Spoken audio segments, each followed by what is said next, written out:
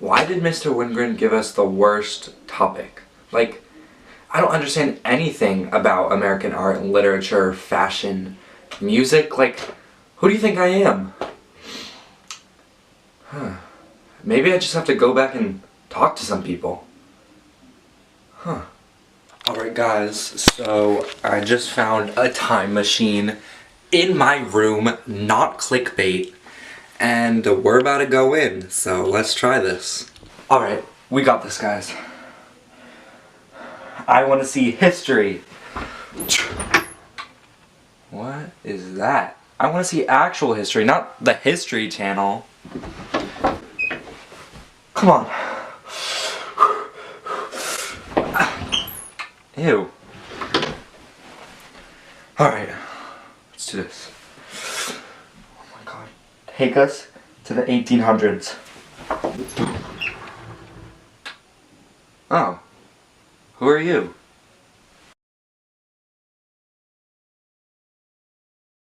Really? What songs did you make? Hi, my name is Stephen Foster. I was one of the most popular musical artists during the antebellum time period of America. What was the music like then? Music was very popular in antebellum America. Children often learned how to play musical instruments from a young age. Boys learned how to play the flute and the violin, while girls learned how to play the piano. Many new instruments were invented during this time period, such as the xylophone. Speaking of xylophones, I'm having a show at the concert hall tonight, where I'll be performing my song, "Oh Susanna." Would you like to come? Oh my god, I am honored to be invited to your concert hall. I'd love to go.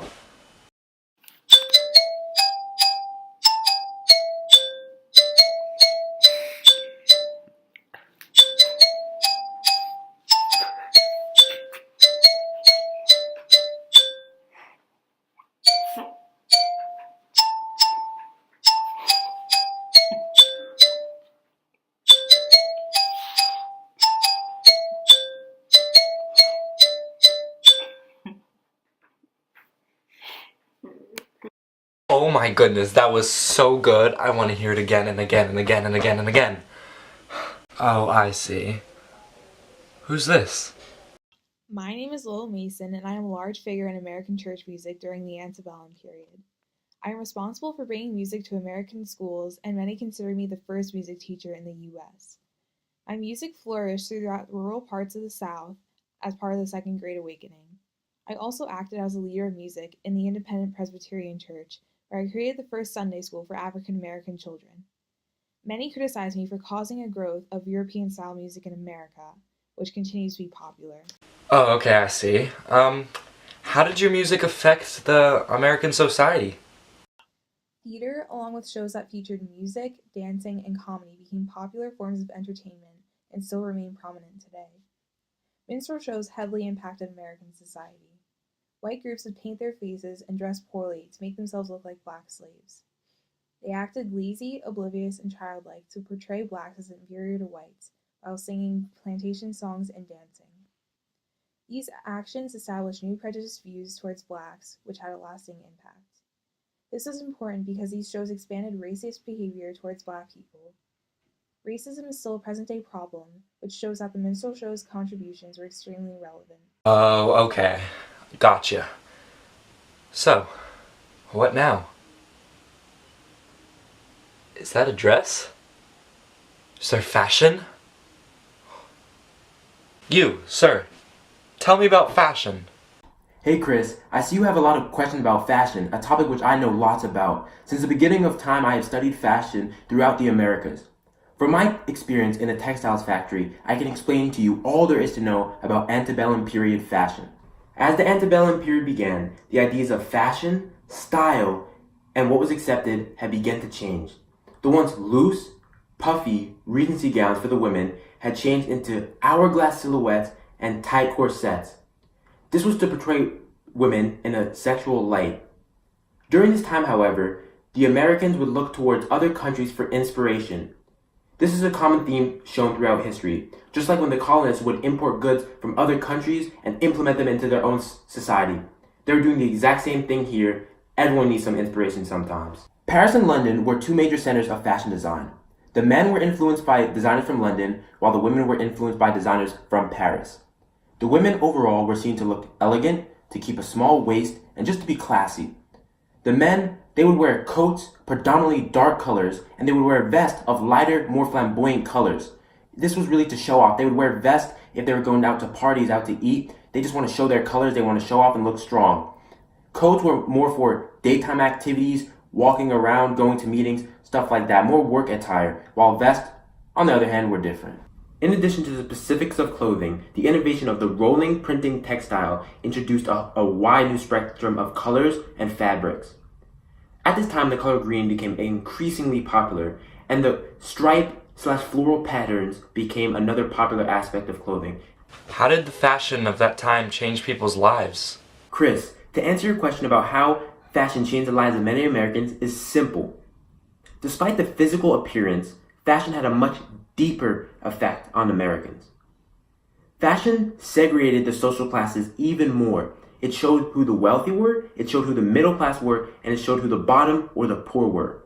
The wealthy people, the wealthy men, they would wear the vest, the women would wear the tight corsets. Wealth was shown in the fashion. That was the main thing. Wealth was shown in the fashion. Middle class, they would wear plain clothes, not fancy, not elegant, poorly made fabric. This was because they worked middle class jobs, they worked labor, long hours, they were going to get dirty, they couldn't wear other stuff. The poor often wore raggedy, ripped clothes. So fashion really, it just separated the social classes and it showed who was wealthy and who was not. And that is a big effect in the culture and society. What did the fashion show about the people? Another important fashion aspect was the self-esteem issue that it brought along. Many women would often sleep in very uncomfortable positions just so their wigs could set, so they could show out at a party, at a dinner. This shows that it was a self-esteem issue. People wanted to look good and they didn't feel good unless they had the top quality fashion.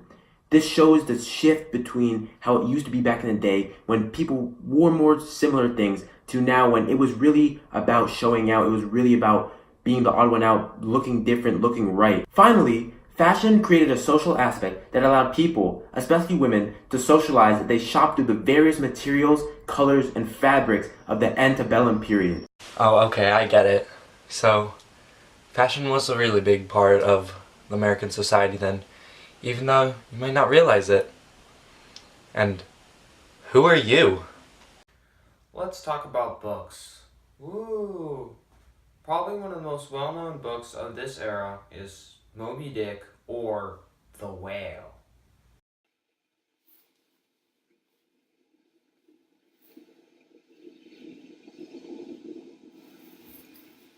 Oh, so you wrote Moby Dick. I mean, if you guys were like me, you probably read Moby Dick for the summer assignment because it counted as so many points and I could just basically read it for the whole entire summer assignment.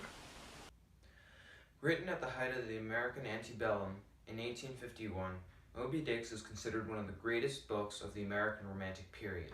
The subject of the book, the whaling industry, peaked around 1861 at around the same time with 199 ships.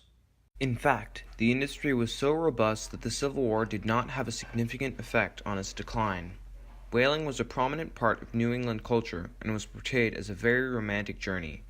Moby Dick helped promote an interest in New England antebellum culture long after it was written. Alright, so what are your views on transcendentalism? Wait, what's that?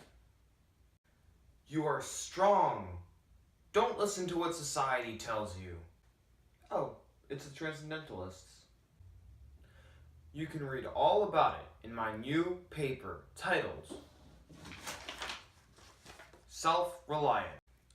Transcendentalism was a sort of religious movement or philosophy that originated in the early 1800s in New England.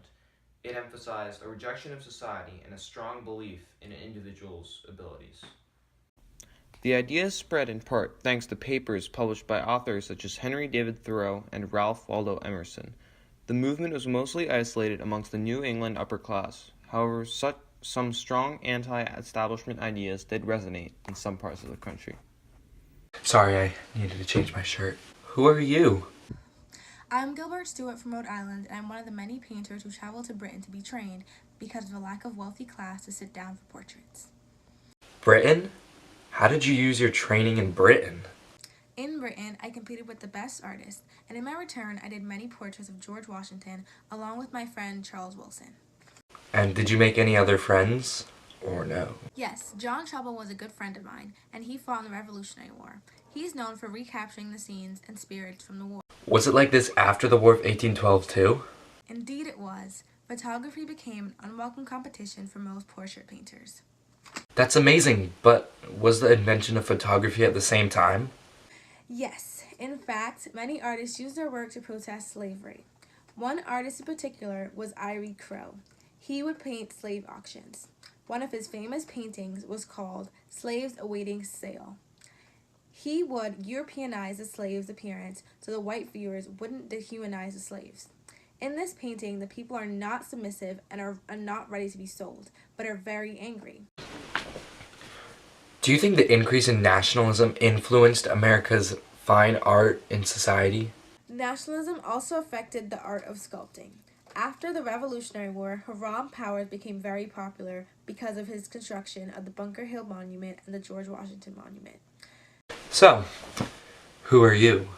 Hi, my name is Harriet Beecher Stowe. I am a teacher at the Hartford Female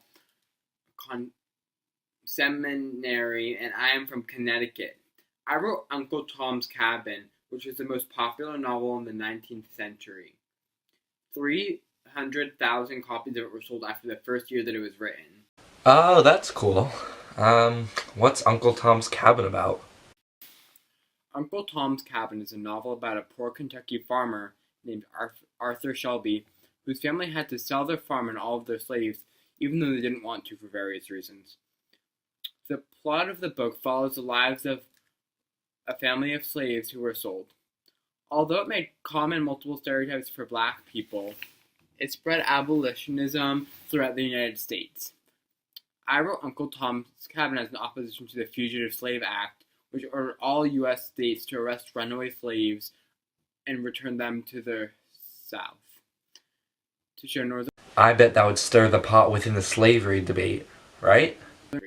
Conversely, Northern whites began to support the abolitionist movement after seeing the horrors of slavery. The publishing of this book was one of the many events which helped contribute to the start of the Civil War. My effect on the war was so big, Abraham Lincoln once told me, "So this is the little lady who started the Great War." Also, my novel set precedent for future works of protest literature. Oh, okay. Alright, so my conclusion that I got from this was that history isn't too bad. It's kind of cool.